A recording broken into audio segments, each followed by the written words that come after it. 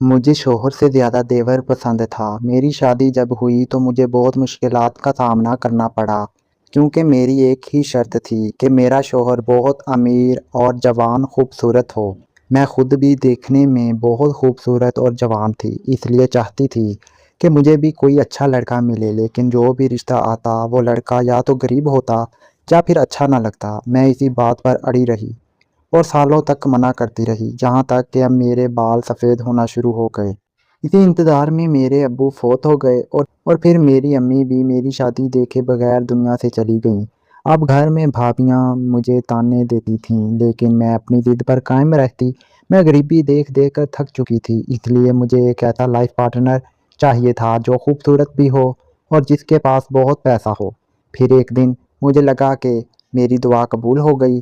घर वालों ने मुझे एक लड़के की फ़ोटो दिखाई।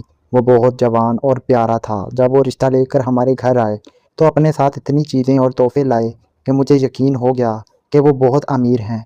मैं बहुत खुश थी कि मुझे मेरी पसंद का शौहर मिल गया है, लेकिन मेरी ये खुशी पहली ही रात ख़त्म हो गई। मुझे पता चला कि जो फ़ोटो मुझे दिखाई गई थी वो बहुत पुरानी थी। जब वो जवान था, अब हकीकत में उसकी उम्र बहुत ज़्यादा थी और वो बूढ़ा लग रहा था। मेरी भाभीयों ने मेरे साथ बहुत बड़ा धोखा किया था, लेकिन अब मेरी शादी हो चुकी थी, इसलिए मैंने सब्र कर लिया। अगर मैं इससे तलाक ले लेती तो मुझ पर तलाक का दाग लग जाता और फिर कोई दूसरा मुझसे कभी शादी ना करता। खुशकिस्मती से मेरे ससुराल में सास ससुर नहीं थे, बस मेरा शौहर और इसका एक छोटा भाई जानी मेरा देवर था। मैं सोचती थी कि अब पूरे घर पर मेरा ही राज होगा। जब तक मेरे देवर की शादी नहीं हुई थी, घर की मालिक मैं ही थी और मेरी ही हुकूमत चलती थी। फिर एक दिन मेरे देवर ने अपने भाई से कहा कि अब वो भी शादी करना चाहता है। ये सुनकर मैं बहुत खुश हुई कि चलो अब रोज़ाना नए नए घरों में लड़कियां देखने का मौका मिलेगा। लेकिन इसने हमारे अरमानों पर पानी फेरते हुए साफ कह दिया कि लड़की वो खुद पसंद कर चुका है, हमें तो बस रिश्ता पक्का करने जाना है। हमने भी ज़्यादा देर नहीं लगाई, फ़ौरन रिश्ता तय कर दिया और यूं मेरे देवर की दुल्हन घर आ गई। लेकिन इसके आते ही एक अजीब ही किस्सा शुरू हो गया। शादी वाले दिन मैं बहुत ज़्यादा थक चुकी थी, इसलिए घर पहुंचते ही सीधी अपने कमरे में चली गई और सो गई। शाम को जब मेरी आंख खुली तो मैं अपने कमरे में बाहर आई। मैंने सोचा कि चलो नए जोड़े के कमरे की तरफ जाती हूँ और इनसे पूछती हूँ कि वो रात का खाना खाएंगे या नहीं। जैसे ही मैंने इनके कमरे के पास पहुंचकर अंदर झांका तो मेरे होश उड़ गए। मैंने देखा कि मेरे देवर की नई नवेली दुल्हन ने अपने शौहर के कपड़े पहन रखे थे। वो लड़की मुझे शुरू से ही कुछ अजीब लग रही थी और ये मंज़र देखकर तो मैं बिल्कुल हैरान रह गई। मैं खाना खाने जा रही थी, लेकिन तजस्सुस की वजह से वहीं रुक गई। मुझे समझ नहीं आ रहा था कि ये सब क्या चल रहा है। अभी मैं ये सोच ही रही थी कि मेरी नज़र अपने देवर पर पड़ी तो मैं और भी ज़्यादा चौंक गई। मेरा देवर अपनी बीवी के कपड़े पहन कर बैठा हुआ था। वो दोनों आपस में धीरे धीरे कुछ बातें कर रहे थे। आवाज़ तो बाहर नहीं आ रही थी, लेकिन मैं उन्हें साफ देख सकती थी। दोनों मियाँ बीवी का ये रूप देखकर मेरा दिमाग काम करना छोड़ गया था। अभी मैं हैरत के झटके से संभल भी ना पाई थी कि देवर की बीवी मर्दाना कपड़ों में ही चुपके से घर से बाहर निकल गई और मेरा देवर अपनी बीवी के कपड़े पहने हुए ही बेड पर लेट कर सो गया। ये सब देखकर मेरे तो हाथ पांव फूल गए। मैं उल्टे कदमों अपने कमरे में वापस आ गई और सोचने लगी कि ये इतनी बड़ी बात अपने शोहर को बताऊं या ना बताऊं। इस रात मैं डर के मारे खामोश रही और अगली सुबह मैंने देखा कि देवर की बीवी चुपचाप वापस आई और सबकी नज़रों से बचकर अपने कमरे में चली गई। मैंने उसे सुबह सुबह किचन की खिड़की से आते हुए देख तो लिया था, लेकिन मैंने जानबूझकर खामोशी अख्तियार की और किसी से कुछ ना कहा। जब सुबह का नाश्ता तैयार हो गया तो वो दोनों मियाँ बीवी किचन में आ गए। इस वक्त मेरे देवर ने नीले रंग का सूट पहन रखा था और इसकी दुल्हन ने भी इसी रंग की खूबसूरत साड़ी पहनी हुई थी। वो दोनों नाश्ता करते हुए आपस में हंस हंस कर बातें कर रहे थे, जबकि मैं दिल ही दिल में सोच रही थी कि आखिर रात को इन दोनों को क्या दौरा पड़ा था। अगले दिन भी बिल्कुल यही सब कुछ हुआ। रात के वक्त जब मैं अपने कमरे से बाहर आई तो तजस्सुस के मारे देवर के कमरे की खिड़की से अंदर झांकने लगी। मेरा देवर आराम से बिस्तर पर सो रहा था और इसकी बीवी गुसल खाने में थी। जब वो बाथरूम से बाहर आई तो मैंने देखा कि आज इसने अपने शौहर की पैंट और शर्ट पहन रखी थी। इसने अपने लंबे बालों को एक टोपी के अंदर छुपा लिया था और ऊपर से एक जैकेट पहन ली, जिसकी वजह से वो बिल्कुल एक लड़का लग रही।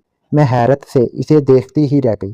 पिछली रात की तरह इसने अपने सोए हुए शौहर से धीरे से कुछ कहा और कमरे से बाहर निकल आई। मैं फ़ौरन एक तरफ छुप गई ताकि इसकी नज़र मुझ पर ना पड़े। मैंने देखा कि वो चुपचाप मेन गेट खोलकर बाहर चली गई। लगातार 3 रातों तक यही तमाशा चलता रहा। मेरा देवर बीवी के कपड़े पहनकर सो जाता और इसकी बीवी मर्दाना हुलिया बनाकर रात के अंधेरे में कहीं गायब हो जाती। मेरी अक्ल काम नहीं कर रही थी कि आखिर वो ऐसा क्यों कर रही है। फिर चौथी रात एक खौफनाक वाक़या पेश आया। कुछ अनजान लोग हमारे घर में घुस आए। मैं इस वक़्त अपने कमरे में ही थी और अभी कुछ ही देर पहले देवर की बीवी मर्दाना कपड़े पहनकर घर से निकली थी। वो कुल 3 लोग थे और इनके हाथों में पिस्तौल थे। घर में दाखिल होते ही वो सीधे मेरे देवर के कमरे की तरफ गए और उसे ज़बरदस्ती अपने साथ ले जाने लगे। उन्होंने मेरे देवर को कोई नशा आवर चीज़ संघा कर बेहोश कर दिया था और हैरत की बात ये थी कि अगवा होते वक्त भी मेरे देवर ने अपनी बीवी के ही लेडीज़ कपड़े पहन रखे थे। ये इबरतनाक मंजर देखकर मेरे तो खौफ के मारे हाथ पांव फूल गए। मैं डर के मारे अपने कमरे के एक कोने में छुप गई क्योंकि इन बदमाशों के पास हथियार थे और जो भी इनके रास्ते में आता वो इसे गोली मार देते। इसी डर की वजह से मैंने अपने शोहर को भी नहीं जगाया जो इस वक्त गहरी नींद सो रहा था और मैं चुपचाप खिड़की अपने देवर को गवाह होते देखती रही। डर के मारे मैं बिस्तर में छुप गई और सो गई। सुबह जागी तो देवर की बीवी कमरे में सुकून से बैठी थी। मैंने उसे बताया कि रात गुंडे तुम्हारे शोहर को उठा कर ले गए हैं, लेकिन वो परेशान होने के बजाय मुस्कुराने लगी। मुझे बहुत दुख था, इसलिए मैंने भागकर अपने शोहर को जगाया और सब बता दिया। वो घबराकर अपने भाई को ढूंढने निकल गए। मैंने अपने शोहर से कहा था, ये सब इस चालाक छोटी बहू का काम है, इसे घर से निकाल दें। शाम को मेरा शोहर देवर को सही सलामत घर ले आया। मैंने देवर से कहा, तुम्हारी बीवी बहुत झूठी है, इसी ने तुम्हें गुंडों से उठवाया था, इसे तलाक दे दो। देवर तलाक देने ही वाला था कि मेरे शोहर ने उसे रोक दिया और मुझसे बोले, इस घर की दुश्मन ये नहीं बल्कि तुम हो। मैं रोने लगी कि ये झूठ है। तो मेरे शोहर ने मोबाइल पर एक वीडियो दिखाई। वीडियो में वही गुंडे पुलिस को बता रहे थे कि हमें इस लड़के को उठाने के लिए इसकी बड़ी भाभी यानी मैंने पैसे दिए थे। ये देखकर मेरे होश उड़ गए। तब देवर की बीवी ने बताया, मैं भाभी की गंदी नीयत जान चुकी थी, इसलिए मैंने ये ड्रामा रचाया ताकि अपने शोहर को इनसे दूर रख सकूं। मेरा सर शर्म से झुक गया। असल बात यह थी कि मुझे मेरा बूढ़ा शोहर पसंद नहीं था, बल्कि मैं अपने खूबसूरत देवर को चाहती थी। मेरा शोहर गुस्से से कांपने लगा और बोला, तुम इतनी घटिया निकलोगी, मैंने सोचा भी ना था।